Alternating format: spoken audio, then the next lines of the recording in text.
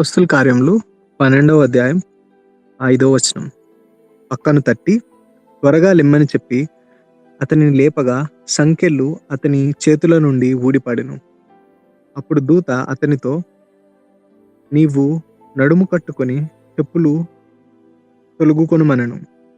అతడాలాగు చేసిన తరువాత దూత, నీ వస్త్రము పైన వేసుకొని నా వెంబడి రమ్మని అతనితో చెప్పాను.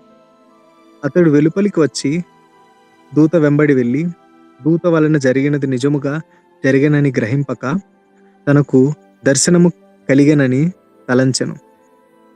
మొదటి కావలిని రెండవ కావలిని దాటి పట్టణంనకు పోవు ఇనుప గవిని యొద్దకు వచ్చినప్పుడు దానంతటా అదే తెరుచుకొనెను. వారు బయలుదేరి ఒక వీధి దాటిన వెంటనే దూత అతన్ని విడిచిపోయాను. పేతురుకు తెలివి వచ్చి ప్రభువు తన దూతను పంపి హేరోదు చేతిలో నుండి యూదులను ప్రజలు నాకు చేయనుద్దేశించిన వాటన్నిటి నుండి నన్ను తప్పించి ఉన్నాడని ఇప్పుడు నాకు నిజముగా తెలియనని అనుకొనను. ఇట్లు ఆలోచించుకొని అతడు మార్కు అను మారుపేరు గల యోహాను తల్లి అయిన మరియ ఇంటికి వచ్చెను. అక్కడ అనేకులు కూడి ప్రార్థన చేయుచుండిరి. అతడు తలవాకిట తలుపు తట్టుచుండగా రొదే అను ఒక చిన్నది ఆలకించుట వచ్చెను. ఆమె పేతురు స్వరము గుర్తుపట్టి సంతోషము చేత తలుపు తీయక లోపలికి పరుగెత్తి కొనిపోయి పేతురు తలుపు దగ్గర నిలిచి ఉన్నాడని తెలిపెను. అందుకు వారు, నీవు పిచ్చిదానివనిరి.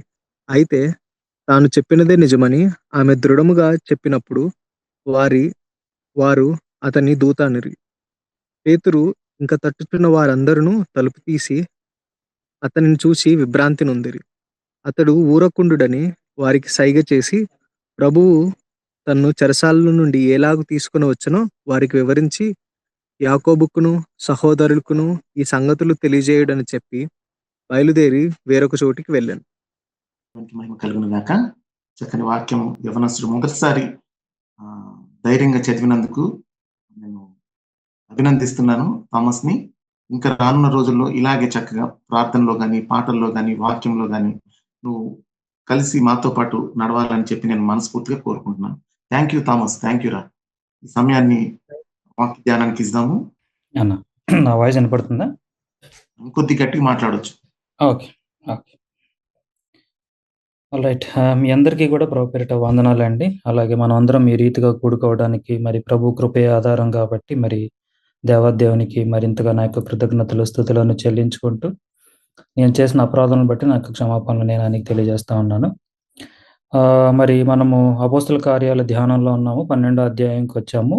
17వ వచనం వరకు ఉన్నటువంటి ఆ ఎంటైర్ పోర్షన్ని మనం ఏం చేసామంటే చిన్న చిన్న భాగాలుగా విభజించుకుని మనం చదువుతా ఉన్నాం. ఇవాళ ఆఖరి భాగం అనమాట, 17వ వచనం వరకు ఉన్న దాంట్లో. అయితే మొదలు పెట్టడానికంటే ముందు నేను చెప్పాల్సిన 2 మాటలు ఉన్నాయి. మొదటిగా ఏంటంటే దయచేసి నా కొరకు ప్రార్థించవలసిందిగా మిమ్మల్ని అందరినీ నేను రిక్వెస్ట్ చేస్తా ఉన్నాను. మరి ఒక్కొక్కసారి ఎట్లా అంటే మరి ప్రాబ్లమ్స్ తాలూకు ప్రెషర్ ఎక్కువైపోయినప్పుడు మన బలం సరిపోక మరి మనం ఇబ్బంది పడుతూ ఉంటాం, తడబడుతూ ఉంటాం. ఇన్ వన్ వే అంటే ఐఎమ్ యూస్ టు ఇట్, దానివల్లనే నేను నేర్చుకుంటున్నాను. కానీ బట్ ఇన్ అదర్ వే మనము అంటే పోయిన వారం కాకుండా అంతకు ముందు వారం మనం మాట్లాడుకున్నట్టుగా విశ్వాసం గురించి మనం పరీక్ష చేసాము. అక్కడ హబక్కూకు గురించి మనం మాట్లాడాం. కానీ నిజంగా నిజ జీవితంలో మనం సినారియోస్ గుండా వెళ్తున్నప్పుడు అలా నిలబడలేనప్పుడు నేర్చుకున్న దానికి విలువ ఉండదన్నమాట. కాబట్టి ఆ రకంగా కూడా అది నాకు సహాయపడే విధంగా, నేను నిలబడే విధంగా ప్రభు కృపను మరింతగా ఆసరా చేసుకుని ముందుకు సాగినట్లుగా నా కొరకు ప్రార్థించమని మిమ్మల్ని వేడుకుంటా ఉన్నాను. రెండోది ఏంటంటే మరి అనుకోకుండా మరి నాకు కంటిన్యూస్గా లేకపోతే కన్సిస్టెంట్గా దీన్ని కంటిన్యూ చేయడానికి ఏదో ఒక ఇబ్బంది రావడం వల్ల నేను రాలేకపోతున్నాను. దానివల్ల ఏమవుతుందంటే ఒక్కొక్కసారి కంటిన్యూటీ మిస్ అయ్యి జరిగిన కథను మర్చిపోయేటటువంటి చిన్న ప్రమాదం ఉంది. కాబట్టి నేను చేసే రిక్వెస్ట్ ఏంటంటే లాస్ట్ వీక్ కూడా ఎవరు అడిగారు ఈ ఎక్కడుంటున్నా ఈ రికార్డింగ్స్ అని. సో జేఆర్జే గాస్పల్ క్వెస్ట్ అనే ఛానల్లో దేవుని కృప వల్ల ఈ రికార్డింగ్స్ అన్ని మనం ఇక్కడ పొందుపరుచుకుంటున్నాము. Honestly speaking I'm not bothered about views. నా వంటి బలహీనులకు ఒక్కరికన్నా ఇది ఉపయోగకరంగా ఉంటే అంతే చాలన్నది నా తపన ఇక్కడ. సో మీరు ఒకవేళ ఇక్కడ ఫ్రైడే సెషన్స్లో రెగ్యులర్గా వచ్చేవారైనా లేకపోతే అప్పుడప్పుడు వచ్చేవారైనా సరే కంటిన్యూటీ పోకుండా ఉండడం కోసం దయచేసి ఈ వీడియోస్ని మీరు చూడవలసిందిగా నేను రిక్వెస్ట్ చేస్తున్నాను. సో దట్ ఏంటంటే ఆ కంటిన్యూటీ కన్సిస్టెన్సీ అనేది మిస్ అవ్వకుండా ఉంటుంది. ఇది చూడాలనే రూల్ లేదు, వింటూ కూడా మన పని మనం చేసుకోవచ్చు. So this is the channel name that I wanted to remind you guys. Okay, ఇక మూడవదిగా మరి ఎవరికన్నా మరి అటెండ్ అయ్యి గుర్తున్న వారికి కథ ఏమన్నా గుర్తుంటే నాకు ఎవరైనా సింపుల్గా సమ్మరీ చేసి ఎవరైనా చెప్తే సంతోషం.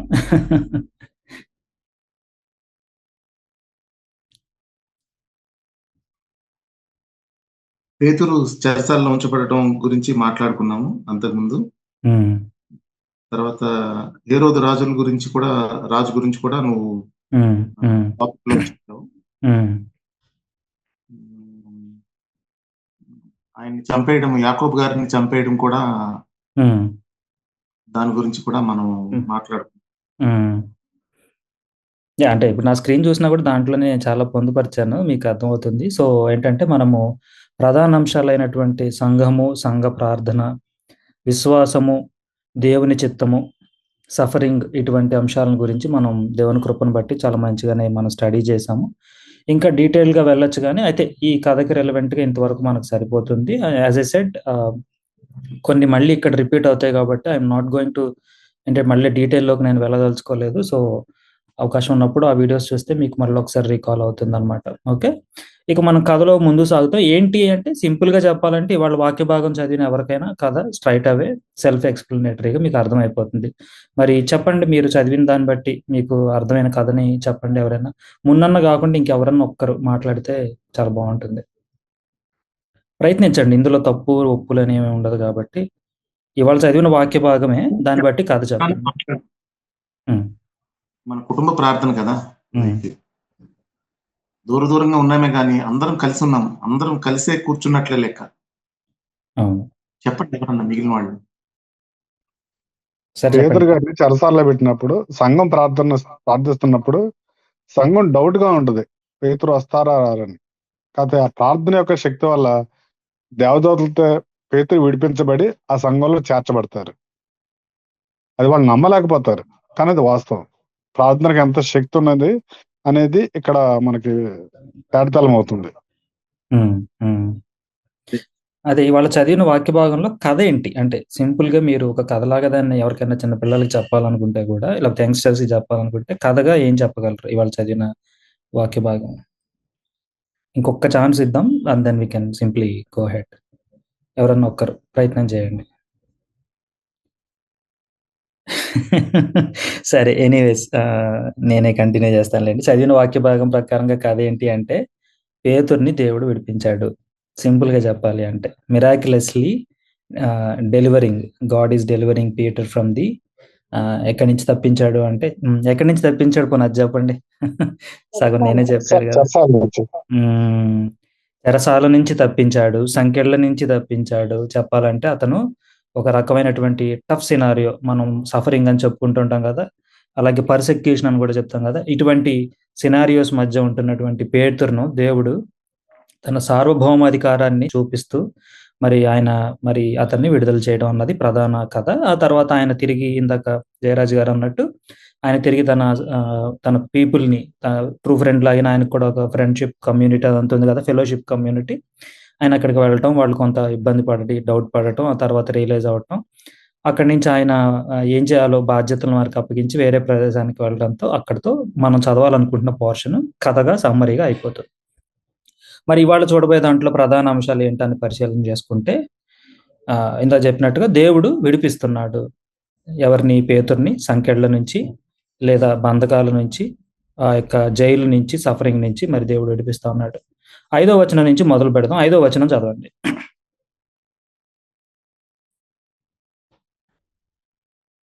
పన్నెండో అధ్యాయము 5వ వచనం. పేతురు చెరసాలలో ఉంచబడెను, సంఘమైతే అతని కొరకు అత్యాశక్తితో దేవునికి ప్రార్థన చేయుచుండెను.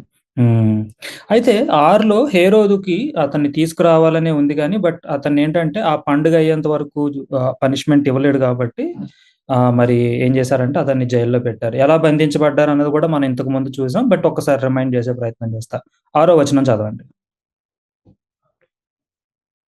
హేరోదు అతనిని వెలుపలికి తీసుకొని రావాలనని ఉండగా, ఆ రాత్రి పేతురు 2 సంఖ్యలతో బంధింపబడి ఇద్దరు సైనికుల మధ్య నిద్రించుచుండెను, మరియు కావలివారు తలుపు ఎదుట చెరసాల కాచుకొనుచుండిరి.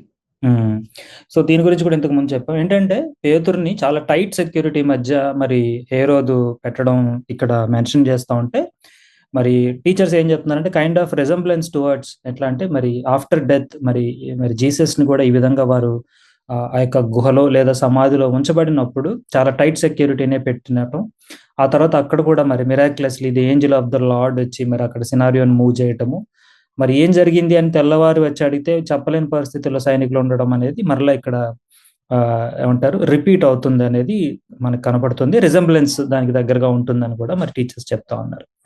ఎలా ఉంది ఈ సెక్యూరిటీ అన్నప్పుడు, ఆ పేతురు చేతులకి సంఖ్యలు ఉన్నాయి, అలాగే కుడి చేతికి కుడి పక్కన ఉన్న సైనికుడికి కనెక్షన్ ఉంటుంది, ఎడం చేతికి ఎడం పక్కన ఉన్న సైనికుడికి కనెక్షన్ ఉంటుంది. అంటే షార్ట్ గా చెప్పాలంటే even if he wants to escape, అతను పారిపోవాలని ప్రయత్నించిన ఈ ఇద్దరు అతను కూడా బరువుగా వచ్చేస్తారు. అంటే తొందరగా వాళ్ళు ఆయన్ని మళ్ళీ పట్టేసుకునే ఛాన్స్ ఉంది, లేదంటే వాళ్ళిద్దరిని చంపితే గాని ఆయన బయటికి తప్పించుకోలేనటువంటి పరిస్థితి అన్నమాట.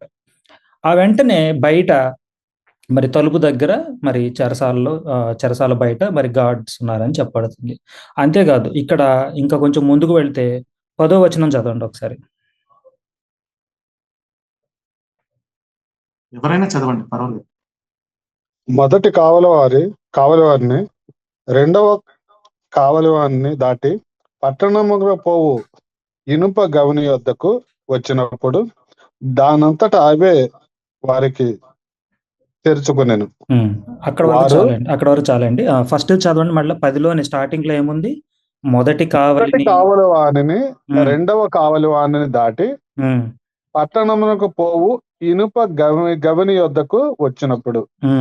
సో ఆల్రెడీ 4 మెంబర్స్ సెక్యూరిటీ ఉన్నారు. వారు 4 షిఫ్ట్స్ ఉన్నాయంట, నలుగురు 4 మారుతా ఉంటే 16 అవుతున్నాయి అంటున్నారు. అది కాకుండా ఇన్ అడిషనల్ లేదా ప్రాబబ్లీ ఇది కూడా అడిషనల్ సెక్యూరిటీ. ఎలా అంటే ఒక చెక్ పోస్ట్ ఉంది, లేకపోతే ఒక అవుట్ పోస్ట్ ఉంది. ఏది జైళ్ళ సమూహం అంతా ఉన్నది, అది ఒక సన్నని దారిలాగా లేకపోతే ఒక మార్గం ముందుకు వచ్చిన తర్వాత ఒక పెద్ద ప్యాసేజ్ ఉందంట. మొదటి చెక్ పోస్ట్ ఉంది లేదా అవుట్ పోస్ట్ ఉంది.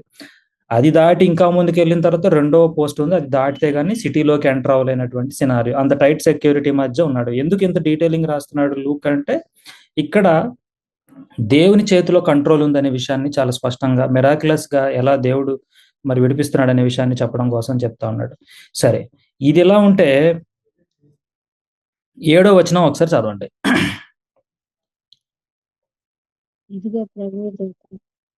ఇదిగో ప్రభుదూత అతని దగ్గర నిలిచెను, అతడుండిన గదిలో వెలుగు ప్రకాశించెను. దూత పేతును ప్రక్కన తట్టి త్వరగా లేమ్మని చెప్పి అతని లేపగా సంకెళ్ళు అతని చేతుల నుండి ఊడిపడెను. అయితే దీనికంటే ముందు ఇంకొక ఇంట్రెస్టింగ్ డీటెయిల్ మనం చదివి దీనిలోకి వద్దాము. 6లోనే ఆ రాత్రియే దగ్గర నుంచి చదవండి ఒకసారి, 6వ వచనంలో. ఆ రాత్రి పేతురు 2 సంఖ్యలతో బంధింపబడి ఇద్దరు సైనికుల మధ్య నిద్రించుచుండెను. ఇక్కడ ఆగుదామండి. ఏం చేస్తున్నాడంట పేతురు? ఇద్దరు సైనికుల మధ్య నిద్రించుచుండెను. ఇక్కడేమో అసలు ఏం జరుగుతుందో అర్థం కాని సిచ్యువేషన్. సంఘమంతానేమో మరి చాలా అత్యాసక్తితో ప్రార్థన చేస్తుంది. ఆల్రెడీ మరి యాకోబు చనిపోయాడు కదా. మరి ఇటువంటి పరిస్థితుల్లో పేతురు నిద్రపోవడం ఏమిటి? నిద్రపోవడానికి కారణాలు ఏమై ఉండొచ్చు? మీకు అర్థమైనంతలో లేదా మీకు తెలిసినంతలో నాకు చెప్పడానికి ప్రయత్నం చేయండి. ఏదైనా పర్లా, మీకు ఊరికే అనిపించింది అంటే ఏ నిమిత్తం అతను నిద్రపోయి ఉంటాడు అని మీకు అనిపించిన పాయింట్ ఏదైనా చెప్పండి, ఎవరైనా పర్లేదు. దేవుడు ఎలాగా రక్షిస్తాడు అనేటటువంటి విశ్వాసంతో చక్కగా అంటే ఏమి చింత పడకుండా పడుకున్నాడండి. దేవుడే ఆయనే రక్షించుకుంటాడు నన్ను అని. ఇంకెవరికైనా ఏదైనా రీజనింగ్ ఉందా? లేకపోతే మీ పర్సెప్షన్ ఏమో ఉండొచ్చు, ఎవరన్నా ఒకరిద్దరు.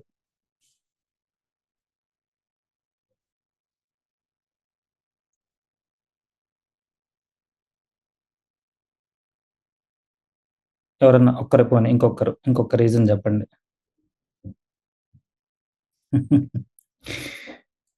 మీ చింత యావత్తు దేవుని మీద చేస్తే ప్రశాంతత ఉంటుందండి. పేతురు కూడా అలాగే ఉన్నారు. అంటే సేమ్ పాయింటే చెప్తున్నారు. అంటే ఇంకా అందరూ అదే పాయింట్ మీద అలైన్ ఉన్నారు అంటే ముందుకు వెళ్దాం మనం. సరే, ఎనీవేస్ మేబీ నేను కపుల్ ఆఫ్ పాసిబిలిటీస్ మీ ముందుకు తీసుకొస్తాను. ఎందుకో కూడా మీకు చెప్తాను. ఎందుకు నిద్రించాడు ఆ టైంలో అంటే, ఒక పాసిబిలిటీ ఏమై ఉండొచ్చు అంటే, అలసిపోయాడు, భయపడిపోయాడు, ఇంకెలాగో నేను చేసేది ఏమి లేదు కాబట్టి సైలెంట్ అయిపోయాడు, పడుకున్నాడు. అలసిపోయాడు కానీ లోపల మనశ్శాంతి ఉంది, పడుకున్నాడు. దేవుడు ఖచ్చితంగా రక్షిస్తాడనే నమ్మకం ఉంది, ధైర్యం ఉంది, ప్రశాంతంగా ఉన్నాడు, పడుకున్నాడు. ఇంకొక సిచ్యువేషన్ ఉంటుంది ఏంటంటే, అలసిపోతాం మన జీవితాల్లో. ఇలాగే సమస్యలు వచ్చినప్పుడు అలసిపోయి ఏమవుద్దంటే, చిన్నగా మనము మరి మన దగ్గర డీవియేషన్ అనేది వచ్చేస్తూ ఉంటుంది. అంటే ఒక్కొక్కసారి ఎట్లా అంటే, ఏదో నామకే వాస్తే ప్రార్థనే చేస్తూ ఉంటాం, నామకే వాస్తే ఇదే ఉంటుంది కానీ, బట్ ఎక్కడో మనం చిన్నగా డీవియేట్ అయిపోయి హాఫ్ హార్టెడ్గా ఉంటాం. ఇంకా అది చిన్నగా ఎలా అయిపోతుంది అంటే, మొద్దుబారిపోయిన పరిస్థితికి వస్తుంది. అంటే చేసినా చేయకపోయినా ఇక దాని గురించి వర్రీ కాలేనటువంటి పరిస్థితి. లేకపోతే అంటారు కదా, ఆ గద్దింపు అని అంటాం కదా, ఆత్మ గద్దింపు కానీ లేకపోతే నీ మనస్సాక్షి గద్దింపు కానీ, వీటికి కూడా ఆలోచన చేయలేనంతగా మొద్దుబారిపోయి, ఇంకేముందిలే బ్రో, ఇంకా అయిపోయిందిలే బ్రో అనేటగా అయిపోయేటటువంటి సినారియో అయిపోతా ఉంటుంది. అయితే ఈ లాస్ట్ సినారియో అయితే కాదు. ఎందుకు అంటే, ఒకవేళ అలాంటి సినారియో అయి ఉంటే అతను అంత మొద్దుబారిపోయి నిద్రపోయే అంత ఏమంటారు అవిశ్వాసంలో అయితే పేతురు లేడు.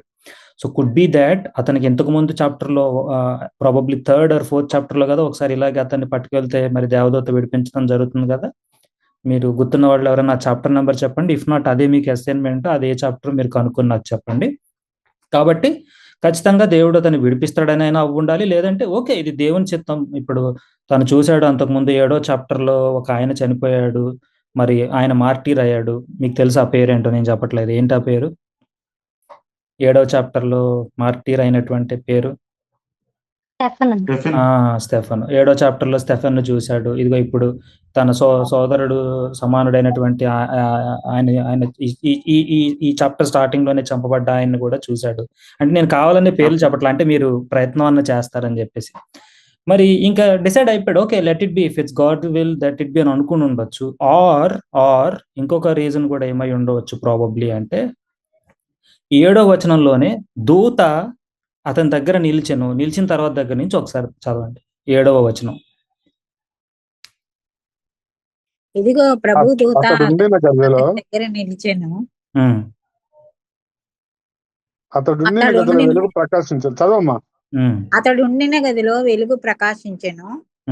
దూత పేతురు ప్రక్కన తట్టి త్వరగా లెమ్మని చెప్పి అతని లేపగా సంకెళ్ళు అతని చేతుల నుండి ఊడి పడెను.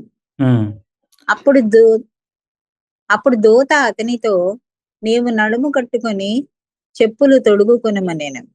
అతడు అలాగ చేసిన తర్వాత దూత, నీ వస్త్రము పైన వేసుకొని నా వెంబడి రమ్మని అతనితో చెప్పాను. 9 కూడా చదివండి ఒకసారి. అతడు వెలుపలికి వచ్చి దూత వెంబడి వెళ్ళి దూత వలన జరిగినది నిజముగా జరిగినని గ్రహింపక తనకు దర్శనము కలిగేనని తలంచెను. అంతేకాదు, ఆ తర్వాత 11వ వచనం దగ్గరికి రండి. ఆ చివరి ఇది చదవండి.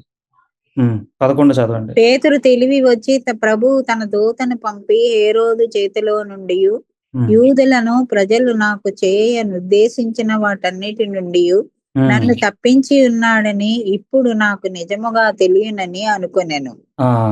సో ఈయన ఏంటి, తన పక్కన కట్టేసినటువంటి 2 సైనికులను తప్పించుకున్నాడు, గేట్ ముందున్న సైనికులను తప్పించుకున్నాడు, ఫస్ట్ అవుట్ పోస్ట్ సైనికులను తప్పించుకున్నాడు, సెకండ్ అవుట్ పోస్ట్ సైనికులు తప్పించుకుని ఇప్పుడు సిటీలోకి వచ్చేసాడు.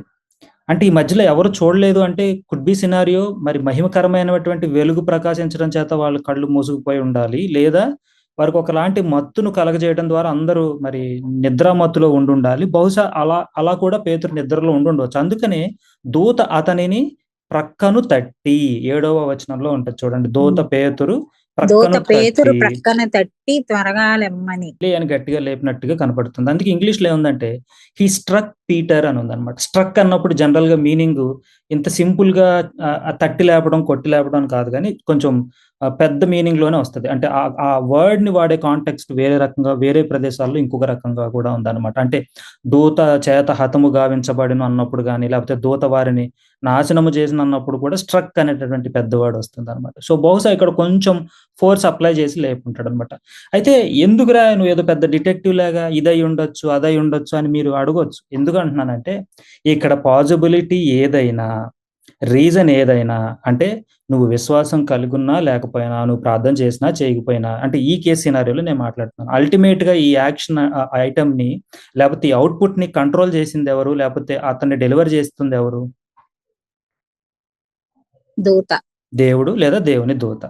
సో ఇది ఒక రకంగా మనకు కూడా ఒక లెసన్ అనమాట. సమ్ టైమ్స్ మనం అదే లాస్ట్ వీక్ లో మనం చెప్పుకున్నట్టుగానే ఈ యొక్క విశ్వాసాన్ని కానీ ప్రార్థన కానీ మనం మన చేతిలో మంత్రదండం లాగా మనం భావించేసి వాడుతూ ఉంటాం. అంటే కొన్ని సందర్భాల్లో ఖచ్చితంగా అది వర్క్ అవుతుంది, కొన్ని సందర్భాల్లో మనం ఆ విధమైనటువంటి ఆ భావజాలంలోకి వెళ్ళొద్దనే ఎగ్జాంపుల్స్ మనం చూసాం కదా. ఇక్కడ ఏం చేస్తున్నాడంటే దేవుడు, ఒకవేళ దేవుడు ఆ విధంగా పూనుకుని చేయకపోతే, దేవుడు తన చిత్తానుసారం ఆ విధంగా జరగకపోతే అవుట్పుట్ జరగదు. కాబట్టి నీ కార్యముల వల్ల లేకపోతే ఫలానా నీ ఇది వల్ల నీ అని నువ్వు రాసుకునే ఏ అచీవ్మెంట్ ఇక్కడ లేదు. It's the God who is delivering Peter, it's God who is gonna deliver us. మనలో కూడా ఇటువంటి ఏదో ఒక సమస్య, పర్సిక్యూషన్, కొంతమందికి పర్సిక్యూషన్, కొంతమందికి హెల్త్, కొంతమందికి finance, marriage, children and etcetera etcetera etcetera etcetera. కానీ వీటన్నిటిలో నువ్వు ప్రార్థన చేసినా చేయకపోయినా, నువ్వు నిలకడగా ఉన్నా ఉండకపోయినా, దేవుని చిత్తానుసారం అయితే ఆ విషయాన్ని జరిగించాలన్నది దేవుని ఉద్దేశం అయితే ఏలాగైనా సరే ఆయన టైంకి ఆయన జరిగిస్తాడు. బట్ దట్ డజంట్ మీన్ మనం ప్రార్థన ఆపాలని కాదు. ఎందుకంటే ఇలాంటి విషయాల్లో ఫెయిత్ తో స్ట్రగుల్ అయ్యే చాలా మందికి వచ్చే క్వశ్చన్స్, మరి ఆ మాత్రానికి నేను ప్రార్థన చేయడం ఎందుకు, ఆయనకు అన్నీ తెలిసిపోతే నేను మళ్ళీ ప్రార్థనలు వివరించి చెప్పడం ఎందుకు, ఇట్లా స్ట్రగుల్ అయిపోయి నలిగిపోయి వాళ్ళకి వచ్చేటటువంటి క్వశ్చన్స్ అనమాట ఇవన్నీ. అందుకని ఇక్కడ మనం అర్థం చేసుకోవాల్సింది ఏంటంటే పర్స్పెక్టివ్ టువర్డ్స్ గాడ్ అనేది చాలా చాలా చాలా ఇంపార్టెంట్ అనమాట. అది సరిగ్గా లేకపోతే ఏమవుద్దంటే స్ట్రగుల్ అయిపోతూ ఉంటాం ఫెయిత్ లో. And at the same time మనల్ని ఇలాంటి టైంలో సరిగ్గా నడిపించగలిగేటటువంటి ఫెలోషిప్ కానీ లేకపోయిందా, అది ఒక్కరైనా ఇద్దరైనా ఆ బంచ్ ఆఫ్ పీపుల్ అయినా లేకపోయిందా, మరింతగా కృంగిపోయి ఏమైపోతామంటే ఇందాక చెప్పిన మొద్దుబారిన పోయిన సిచ్యువేషన్కి వస్తే ఏమవుతుంది అంటే ultimately you are withdrawing, ఎట్లా అంటే దూరం వెళ్ళిపోతున్నావు, గ్రేస్ ఆఫ్ గాడ్ నుంచి దూరంగా వెళ్ళిపోతున్నావు. అయిపోతే ఏమవుద్ది తెలియాలనుకుంటున్నావా? అయితే పాత నిబంధనలో ఉన్న రాజైన సౌలు గురించి నేను ఒకసారి చదువు. నేను టైం లేదు కాబట్టి ఆ ఎగ్జాంపుల్స్ తీయట్లేదు, కానీ కథ సింపుల్ గా చెప్పాలంటే రాజు అయినటువంటి సౌలు ఇనీషియల్ గా మరి చాలా హంబుల్ గా ఉన్నాడు, మరి అణిగిమణిగి ఉన్నాడు. కానీ ఒక పాయింట్ ఆఫ్ టైం తర్వాత సంహవ్ అతను చేసిన 2 పనుల వల్ల దేవుడు అతనికి తీర్పును మరి వెల్లడింపు చేశాడు. ఏమనంటే నీ కుర్చీని నేను నీ దగ్గర నుంచి లాగేసి నేను ఒక కొత్త రాజుని మరి నేను కూర్చుండబెట్టబోతున్నాను అనగానే అతనికి మరి ఇన్సెక్యూరిటీ వచ్చేసింది, భయం వచ్చేసింది. మరి స్లోగా అతని ఆత్మ మరి అతని వశంలో లేకుండా అయిపోయి, దురాత్మ పట్టిన వాడి వల్ల అయిపోయి, మనశ్శాంతి లేకుండా చివరికి చూడండి మంత్రసాని దగ్గరికి వెళ్ళి సమూయేలు ఆత్మని పిలిపించుకుని దేవుని చిత్తం ఏమై ఉంటుందంటావు అని ఫిలిష్తీయులు యుద్ధం టైంలో అడుగుతాడంట. మీరు ఇంట్రెస్ట్ ఉన్న వాళ్ళు ఆ ఎపిసోడ్ మీరు చదవండి. అంటే ఎంత నలిగిపోయి ఉంటాడు అంటే ఇక పిచ్చెక్కిపోయింది భయంతో, కంగారుతో. మరి అంటే దేవుని కృప మీద ఆనుకోవటం అనే విషయాన్ని కంప్లీట్ గా ఇగ్నోర్ చేసేసాడు. అంటే కాదు, అతను స్పృహకు కూడా రానంతగా అతను శోధింపబడ్డాడు. అలా అయిపోతాం ప్రియులారా. అందుకనే పాత నిబంధనలో సౌలు, కొత్త నిబంధనలో సౌలు ఇద్దరు మనకి important. Especially they both are coming from the same tribe called Benjamin. ఒకడు ప్రభువు చెప్పి నువ్వు మార్చుకోరన్న తర్వాత మార్చుకోలేక నశించిపోయిన వాడుగా కనపడితే, ఒకడు మరి వ్యతిరేకంగా ఉంటూ ప్రభువు చెప్పిన తర్వాత మరి ప్రభు చిత్తానికి తలంచిన వాడుగా ఇవాళ అతనే మరి ఈ యొక్క మినిస్ట్రీని ప్రపంచ దేశాలకు పరిచయం చేసిన పౌలుగా మారిన క్యాండిడేట్ గా మనకు కనపడుతూ ఉన్నాడు. ప్రియులారా ఆలోచించేద్దాం. చెప్పటం ఈజీయే, నాకైనా ఈజీయే, ఇప్పుడు ఇంకొక బ్రదర్కైనా సిస్టర్కైనా ఈజీయే. బట్ యాజ్ ఎ సెడ్ ఆ ప్రాక్టికల్ అప్లికేషన్ ఇంప్లికేషన్ లేకపోతే ఖచ్చితంగా మనం కూడా ఆ ఐరనీలో పడిపోతాం, లేదంటే హిపోక్రైట్లు అయిపోతాం అన్నమాట. కాబట్టి ఈ విషయాలు మనం అర్థం చేసుకోవాలి. మరి ఇక్కడ పేతురు గురించి మాట్లాడినప్పుడు మరి చూడండి, అంటే వల్నరబిలిటీకి స్కోప్ ఉందనే విషయాన్ని మనకు చెప్పకనే చెప్తున్నాడు. అంతేగాని పగడ్బందీగా పక్కాగా కాన్ఫిడెన్స్ ఉండి పడుకున్నాడు అని లూకా రాయలేదు. అది ఓపెన్ ఎండింగ్ లాగా ఉంచేశాడు మనకి. నిద్రపోతున్నాడు అని రాశాడు అంతే. అతను విశ్వాసం ఉండేను కనుక నిద్రించినని రాయలేదు.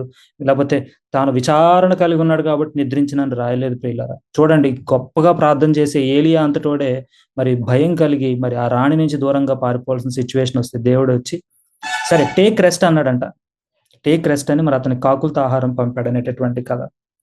మరి మరి యోబు నీతిమంతుడని దేవుడే లేబుల్ వేసిన దేవుడు మరి అతని జీవితంలోకి మరి కొన్నిటిని అనుమతిస్తా ఉన్నాడు. మరి ఏం చెప్పగలం? ఎవరి కేసులో ఏంటంటే ఏం చెప్పగలం, ఏం మాట్లాడగలం? సరే, దేవుడు అనుమతించాడు కాబట్టి, జస్ట్ అలా కంచి తీశాడు కాబట్టి ఏదో చిన్న దెబ్బ తగులుతుందేమో అనుకున్నాం, కానీ చిన్న దెబ్బ తగిలిందా యోబుకి? చెప్పండి, యోబుకి జరిగిన నష్టం ఎటువంటి నష్టం అయి ఉంటుంది? చెప్పాలి, ఒక్కరన్నా చెప్పండి. మొత్తం కోల్పోయారు. మొత్తం కోల్పోయాడు. ఇంకా చివరికి అసలు చచ్చిపోతే బెటర్ ఏమో అనే సిచ్యువేషన్కి వెళ్తే అది రావట్లేదు, చావు కూడా రావట్లేదు. దేవుడి దగ్గర సరే తీరా దేవుడు వచ్చాడు, దేవునితో కన్వర్జేషన్ మొదలు పెడితే దేవుడు ఏమన్నాడు?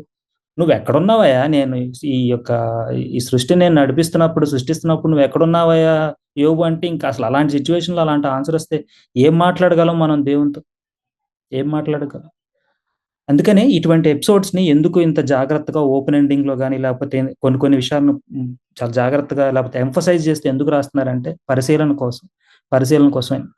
చెప్పటం ఈజీయే. నేను అనేయచ్చు, మళ్ళీ చెప్తున్నాను, హబక్కూకులో చెప్పినట్టు, నీరు వచ్చినను రాకపోయినను, చెట్టు ఫలించినను ఫలించకపోయినను నేను దేవుని స్తుతిస్తా అంటే చెప్పటం ఈజీయే. నిలబడమే చాలా కష్టం. ఆలోచించేద్దాం. సరే, ఇక నేను 12వ వచనానికి వెళ్ళిపోతున్నాను, ఇక క్లోజ్ చేసేస్తాను. మరి అక్కడి నుంచి ఆయన వెంటనే ఆయనకి స్పృహ వచ్చి ఇది కళ లేకపోతే ఏంటో, లేకపోతే ఏదన్నా ఒక పోర్టల్ లాగా ఓపెన్ చేసి సూపర్ న్యాచురల్ గా దేవుడు తీసుకొచ్చాడు ఏమో కూడా తనకి పూర్తిగా ఆ డీటెయిలింగ్ గుర్తులేదు, కానీ మొత్తానికి బయటకు వచ్చిన తర్వాత 12వ వచనం చదవండి ఒకసారి. ఇట్లో ఆలోచించుకొని అతడు మార్కు అను మారు పేరు గల యోహాను తల్లి అయిన మరియ ఇంటికి వచ్చెను. అక్కడ అనేకులు కూడి ప్రార్థన చేయుచుండెను. అక్కడ వరకు అండి. ఈ జాన్ మార్క్ అనే ఆయన మరి చాలా చక్కటి కంట్రిబ్యూషన్ చేయబోతా ఉన్నాడు. ఇతని గురించి మనం ముందు కూడా చూస్తాం. ఎందుకంటే మరి సౌలు బర్నబాలతో పాటు కలిసి ఫస్ట్ మిషనరీలో భాగం పంచుకుంటాడు. ఆ తర్వాత అంటే రానున్న చాప్టర్లో మీరు చూస్తారులే, నేను ఇంకెక్కువ డీటెయిల్స్కి వెళ్ళను. కానీ అయితే this is the spot for them. ఆ టైంలో ఏంటంటే వీళ్ళకి ఇది స్పాట్, ఈ ప్లేస్లో వాళ్ళు కూడుకోవడం అన్నది స్పాట్ కాబట్టి ఆయన ఏం చేశాడంటే ఆ ప్లేస్కి వెళ్ళి మరి సంఘం అత్యాశక్తిగా ప్రార్థన చేస్తా ఉంది. ఇక్కడ కూడా చాలా మంది గ్యాదర్ అయిపోయి మరి ప్రార్థన చేస్తా ఉన్నప్పుడు ఆయన మరి వెళ్ళి 13th verseకి వెళ్ళి మరి తలుపు తట్టాడంట. చదవండి, 13th verse చదవండి. అతడు తలవాకిటి తలుపు తట్టుచుండగా రోదే అను ఒక చిన్నది ఆలకించుటకు వచ్చెను. 14 కూడా. ఆమె పేతురు స్వరము గుర్తుపట్టి సంతోషము చేత తలుపు తీయక లోపలికి పరిగెత్తుకొని పోయి పేతురు తలుపు దగ్గర నిలుచున్నాడని తెలిపెను. అందుకు వారు, నీవు పిచ్చిదానివనిది. చదవండి, అది కూడా చదివేశాను. అయితే తాను చెప్పినదే నిజమని ఆమె దృఢముగా చెప్పినప్పుడు వారు అతని దూత అనిది. ఎక్కడ వరకు ఆపుదాం, ఒకసారి బ్రేక్ తీసుకుందాం. మరి రోడా లేకపోతే తెలుగులో రొదే అని ఉంది కదా, ఈమె మరి సర్వెంట్స్ డాటర్, లేదంటే సర్వెంట్ హూ ఇస్ అంటే తక్కువ ఏజ్, మరి బాగా చిన్నదా లేకపోతే మేబీ యంగ్స్టర్ అన్నది తెలియదు, కానీ మరి ఒక చిన్నది అక్కడ ఉన్నదని రాయబడతా ఉండింది. మరి పేతురు వెళ్ళి తలుపు కొట్టాడు. పేతురుని అని చిన్నగా చెప్తా ఉంటే మరి స్వరం ఆలకించినటువంటి ఆమె వచ్చి ఇట్లా పేదరు గారు వచ్చారు, లేకపోతే ఇప్పుడు మున్నన్నే మన పేదరు అనుకుంటే మున్నన్న వచ్చాడు అంటే మిగతా వాళ్ళంతా అంటున్నారంట, నీకేమైనా పిచ్చి పట్టిందా, ఎందుకు వస్తాడు ఈ టైంలో? వాళ్ళు చాలా స్ట్రాటజీ చేసి పట్టుకున్నారు కదా, బహుశా ఆయనలాగా మాట్లాడి మనల్ని కూడా పట్టుకెళ్ళిపోతున్నారేమో అనేటటువంటి ఒక చిన్న క్వశ్చన్ మార్క్ కూడా వచ్చింది. ఇది యాక్చువల్లీ చాలా మంది టీచర్స్ పూర్తిగా అవిశ్వాసం అని అంటారు, కానీ కంప్లీట్గా అవిశ్వాసం అని కొట్టేలేమండి. ఎందుకంటే ఆ టైంలో ఉన్నటువంటి సినారియోస్ అటువంటివి, లాక్కెళ్ళిపోవడానికి ఉన్నటువంటి సినారియోస్ అటువంటివి. కాబట్టి కొంత పర్సంటేజ్ ఖచ్చితంగా అవిశ్వాసం ఉన్నప్పటికీ కొంత పర్సంటేజ్ ఏంటంటే they are reasoning if it is really a Peter and that to ఆ టైంలో ఎట్లా వస్తాడు, ఎందుకంటే టైట్ సెక్యూరిటీ మధ్య ఉన్నాడు కదా అని చెప్పేసి. అయితే లేదు నేను విన్నాను ఖచ్చితంగా పేతురే అంటే, అయితే దూత అన్నారంట. దూత అన్నప్పుడు ఏంటంటే కొంతమంది టీచర్స్ ఏం చెప్తున్నారంటే గార్డియన్ ఏంజిల్ అనే కాన్సెప్ట్ అప్పట్లో వాళ్ళకు ఉండేదంట. So they believed it must be that guardian angel అని అన్నారంట. అండ్ దెన్ 16th వచ్చేటప్పటికి ఏమైపోయిందంటే తలుపు తీస్తే పేతురే కనిపించడం జరిగింది. వాళ్ళు మరి విభ్రాంతి నొందారు. విభ్రాంతి నొందిన తర్వాత వెంటనే ఏం చేశారు? కామ్‌గా ఉండల. ఇక్కడే ఒక మంచి ఎగ్జాంపుల్ లెసన్ ఉంటది మనకి. 17th వర్స్ చదవండి. అతడు ఊరకుండుడని వారికి సైగ చేసి, ప్రభువు తన్ను చెరసాలలో నుండి ఎలాగూ తీసుకొని వచ్చెనో వారికి వివరించి, యాకోబుకును సహోదరులకును ఈ సంగతులు తెలియజేయుడని చెప్పి బయలుదేరి వేరొక చోటికి వెళ్ళెను. ఇక్కడ ఫస్ట్ ఏం చేస్తున్నాడు? అతడు ఊరకుండుడని వారికి సైగ చేసి, ఫస్ట్ మనం అర్థం చేసుకోవాల్సింది. And then he explain the miracle. ప్రభువు తన్ను చెరసాలలో నుండి ఎలాగూ తీసుకుని వచ్చినో వివరించి, ఆ తర్వాత మరి మిగతా శిష్యులకు ఈ సంగతులన్నీ తెలియజేయమని చెప్పి లాస్ట్లో ఏం చేశాడు ఆయన? వేరొక చోటికి వెళ్ళాను. మనం దీన్ని కొద్దిగా బైఫర్కేట్ చేసి స్లో డౌన్ చేసి చూస్తే, ఊరకుండుడని వారికి సైగ చేసి అంటే దీన్ని మనం ఎలా అర్థం చేసుకోవచ్చు అంటే, మనం ఊరికే గోల గలాట చేసేయడం మంచిది కాదు. ఏ రకంగా గోల గలాట అంటే, నేను ఇక్కడ అద్భుత కార్యాలు, ఇక్కడ మహిమ కార్యాలు చేస్తున్నారు మా దగ్గర అనేటటువంటి ఇది కానీ, లేకపోతే మన చర్చ్‌లో జరిగేటటువంటి కొన్ని యాక్టివిటీస్ గురించి కానీ, లేకపోతే మనం చర్చ్‌కి వెళ్ళేటువంటి మన ఆరాధన క్రమం గురించి కానీ, లేకపోతే నేను ఆదివారం నా లైఫ్ ఇలా ఉంటుందని నువ్వు సోషల్ మీడియాలో పెట్టుకునే గలాట కానీ, కొన్ని గలాటాలు మంచివి కావు. కొన్ని గలాటాలు అవసరం లేదు. కొన్ని చోట్ల సైలెంట్‌గా ఉండడమే మంచిది. కొన్ని చోట్ల చాప కింద నీరులాగా వర్క్ జరిగిపోవడమే మంచిది. అనవసరంగా ఇప్పుడు గనక వీళ్ళు మా విశ్వాసం గొప్పది, మేము ప్రార్థించిన దేవుడు మమ్మల్ని విడిపించాడని ఇక్కడ వీళ్ళు హడావుడి చేస్తుంటే ఏమై ఉండేది నెక్స్ట్ స్టెప్‌లో? మళ్ళీ సైనికులు వచ్చి అయిపోయేది. మళ్ళీ మొదటికి వచ్చేది. Of course if it is God's will అయితే అది జరగటానికి ఆపగలిగిన వారు ఎవరు లేదు. కానీ అంటే కొన్ని చోట్ల అనవసరమైనటువంటి గలాట మంచిది కాదు. మా చర్చిలో మాత్రం ఇలా జరుగుతుంది, నా యొక్క ఫెలోషిప్లో ఇలా జరుగుతుంది, నేను ప్రార్థన చేస్తే ఇలా జరుగుతుంది, నేను పాట పాడితే ఇలా అవుతుంది. ఈ మధ్య మీరు సోషల్ మీడియా ఓపెన్ చేస్తే ఇలాంటి వీడియోస్ చాలా వస్తున్నాయి. ఏంటంటే ఆదివారం పొద్దున్న లేగిస్తే ఇంటి దగ్గర తయారైంది మొదలుకుని చర్చికి వెళ్ళి ఈవెన్ అతను లేదా ఆమె ప్రార్థన చేసుకునేది కూడా వాళ్ళు వీడియో తీసుకుని వచ్చి అది పెట్టుకుని అంటే నేను కామెంట్ చేయడానికి నాకు ఇష్టం లేదు. కానీ ఎట్లా రాస్తారంటే ఒక కామెంట్ భలే రాస్తారు, we felt the Holy Spirit's presence in the worship అని రాస్తారు. I don't know how did you felt that if you are constantly using the phone in that church. అంటే అంత రికార్డ్ చేసుకుంటే ఎట్లా ఫెల్ట్ అయ్యావో నాకు తెలియదు. మరి ఇక అట్లా అయిపోయింది అనమాట. కాబట్టి కొన్ని గలాటాలు మంచిది కాదు. అలాగే ఇంకొక చిన్న ఎగ్జాంపుల్ చెప్తా. ఇప్పుడు మొన్న ఒక ఉమెన్ క్రికెటర్ ఆవిడ మరి సెంచరీయో సంథింగ్ గెలిచినప్పుడు మరి ఆవిడ టెస్ట్ మనీ అని కాదు కానీ ఇంటర్వ్యూలో చెప్పినప్పుడు ఆమె యేసుక్రీస్తును మహింపరుస్తూ మాట్లాడంగానే వెంటనే క్రైస్తవులందరూ ఇక టక తీసి వాట్సాప్లో స్టేటస్ పెట్టేశారు. అలాగే లెంట్ అని రాగానే టక తీసేసి లెంట్కి సంబంధించిన వాల్ పేపర్ పోస్టర్ ఏదో ఒకటి పెట్టేస్తాం. ఈస్టర్ రాగానే ఈస్టర్ది పెట్టేస్తాం. అంటే ఆ మూమెంట్కి ఆ గలాట చేయడం మాత్రమే మనకు అలవాటు. దాని నేపథ్యం ఏంటి, దాని ద్వారా అసోసియేట్ ఉన్నటువంటి మన లక్ష్యాలు ఏంటి మనకు అనవసరం అన్నమాట. ఇప్పుడు అలా చేయడం ద్వారా ఆమెను ఎక్కువ సబ్జెక్టు థ్రెట్ మనమే చేసాం, ఎవరూ చేయలేదు. ఇప్పుడు వాళ్ళకి తెలీదా, మిగిలిన ఫెల్లో క్రికెటర్స్కి తెలీదా ఆమె క్రిస్టియన్ అని తెలీదా, ఆమె father is already into ministry అని తెలీదా? అనవసరంగా గలాట లేపి ఆమె సబ్జెక్టు థ్రెట్ ఎందుకు చేయడం? ఆ తర్వాత ఆమె మీద విపరీతమైన trolling. I think another something happened, maybe IPL women I think ఆమె టీం ఓడిపోయింది, వేరే నాన్ క్రిస్టియన్ ఉన్న టీం గెలిస్తే ఇప్పుడు ఏమైపోయాడు యేసుక్రీస్తు అని చాలా ఘోరంగా మీమ్స్ కామెంట్స్ రావడం. మరి అలాంటి వాళ్ళకి ఏం చెప్తాం? ఈవెన్ మొన్న recent this Sanju Samson episode is also, అది కూడా అంతే. చాలా మంది దాన్ని టకటకా తీసేసి ఇట్లా అది ఫెయిత్ని ప్రకటించుకోవడం ఏం తప్పు కాదు కానీ, బట్ గలాటా అన్నది మాత్రం ఒక్కొక్కసారి ఏమవుతుందంటే నాట్ నెసెసరీ. ఒక్కొక్కసారి కాముగా జరిగిపోవాల్సింది జరగనివ్వటం అన్నది చాలా చాలా ఇంపార్టెంట్. లేకపోతే ఏమవుద్దంటే జరగవలసిన దానికి నువ్వు నేనే అడ్డుకట్ట వేసిన వాళ్ళుగా అయిపోతాం అన్నమాట. కాబట్టి ఇది ఒక మంచి లెసన్ మనకి. అండ్ దెన్ ఆయన ఏం చేశాడంటే, మీరు ఊరకుండడని సైగ చేసి, మరి చాలా వరకు తనకు గుర్తులేదు ఎట్లా వచ్చాడో, కానీ తను అక్కడ ఎక్స్ప్లెయిన్ చేస్తున్నాడు తను చెరసాల నుండి ఎలాగ తీసుకొచ్చాడంటే, మిరాక్యులస్లీ దేవుడు నన్ను తప్పించాడని ఖచ్చితంగా సందేశాన్ని, సారాంశాన్ని ఆయన ఖచ్చితంగా వారికి వివరించి మిగిలిన వాళ్ళకి మెసేజ్ పాస్ చేయించి, మరి ఆయన ఏం చేశాడంటే అక్కడ ఉండల మరి విశ్వాసం కలిగిన వాడుగా అక్కడ ఉండి దేవుడు నన్ను విడిపించాడని మరి ఆయన ఉండొచ్చు కదా. అదే మరి అందుకనే మన లాస్ట్ టైం డిస్కస్ చేసినప్పుడు we need to know where to use wisdom, we need to know where to use విశ్వాసం. అది ఎట్లా తెలుస్తుంది అంటే చెప్పాం కదా, ప్రోటోకాల్స్ ఎస్ఓపిస్ మనం రాయలేం. అది ఇండివిజువల్ ఇది అంటే దేవునితో అతనుకుండే సంబంధము నడిపింపుని బట్టి వస్తూ ఉంటుంది పిల్లలు. కాబట్టి ఇంక నేను ఎక్కువ పొడిగించదలుచుకోలేదు. నేను ఇంక ఇక్కడితో క్లోజ్ చేస్తాను. వచ్చే వారం ప్రభు కృప వల్ల నేను నిజంగా వస్తే 18th నుంచి మనము కంటిన్యూ చేసే ప్రయత్నం చేద్దాం. అక్కడి నుంచి మంచి ఇంకొక ఇంట్రెస్టింగ్ ఎపిసోడ్ నడుస్తది. కాబట్టి చెప్పబడిన విషయాలన్నిటి గురించి దయతో మీరు ప్రార్థనలో జ్ఞాపకం చేసుకోండి. ముఖ్యంగా మనము విశ్వాసము, ప్రార్థన ఇటువంటి అన్నిటి గురించి మన క్రైస్తవులుగా మనకుండే విశ్వాసాలు, నమ్మకాలు మనకుంటాయి గానీ, but it is God who is in the control and ఆయన టైం ప్రకారం ఆయన ఇచ్చేవాడుగా ఉండగా, అయితే మన మాటలు మనుషులుగా మిగిలిపోకుండా మరి ఎంతో కొంత మన సైడ్ నుంచి హానెస్టీగా ప్రయత్నం చేయాలి. ఎందుకంటే నువ్వు దహన బలి కోసం ప్రయత్నం చేస్తే దహన బలి నాకు అవసరం లేదు. 51వ కీర్తనలో ఏమని చెప్తున్నాడు? దహన బలిని నీవు కోరవు, నువ్వు కోరుకునేది ఏంటిదంటే విరిగి నలిగిన మనస్సరే నువ్వు కోరుకుంటున్నావు అంటున్నాడు. ప్రాబబ్లీ దట్ ఈస్ వాట్ మరి ఓల్డ్ టెస్ట్మెంట్ లో సాల్ అదే మిస్ అయిపోయాడేమో. ప్రాబబ్లీ న్యూ టెస్ట్మెంట్ లో సాల్ అదే పట్టుకుని నిలబడ్డాడేమో. ప్రాబబ్లీ దావీదు విషయంలో ఎంతో కొంత ఏమంటారంటే దేవుడు పక్షపాతం చూపించాడు అని అంటుంటారు కదా. అంటే దావీదు మరి క్షమాపణ కోరుకున్నాడు, పశ్చాత్తాపాన్ని కోరుకోగలిగాడు.